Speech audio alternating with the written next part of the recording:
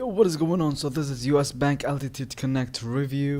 So first thing is the pros. No annual fee, valuable earnings, 5 times points on autos, 3 points on rentals, and 1 point on all other purchases. Decent travel perks, including airport lounge, access and TSA pre-check or global entry application fee credit. No foreign transaction fees.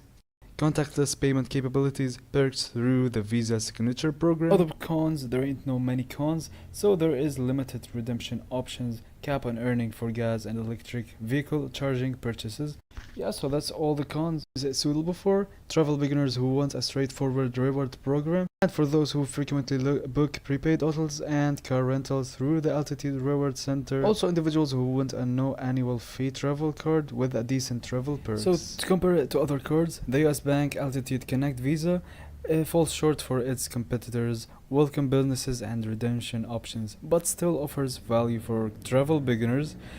Avid travelers may prefer cards with transfer partners such as Barclays, World Elite, or AMX Gold. So overall, it may not be the best with welcome bonuses or redemption options, but it's the best solid choice for traveler beginners who want a no annual fee travel card with decent travel perks. And yeah, that is basically it.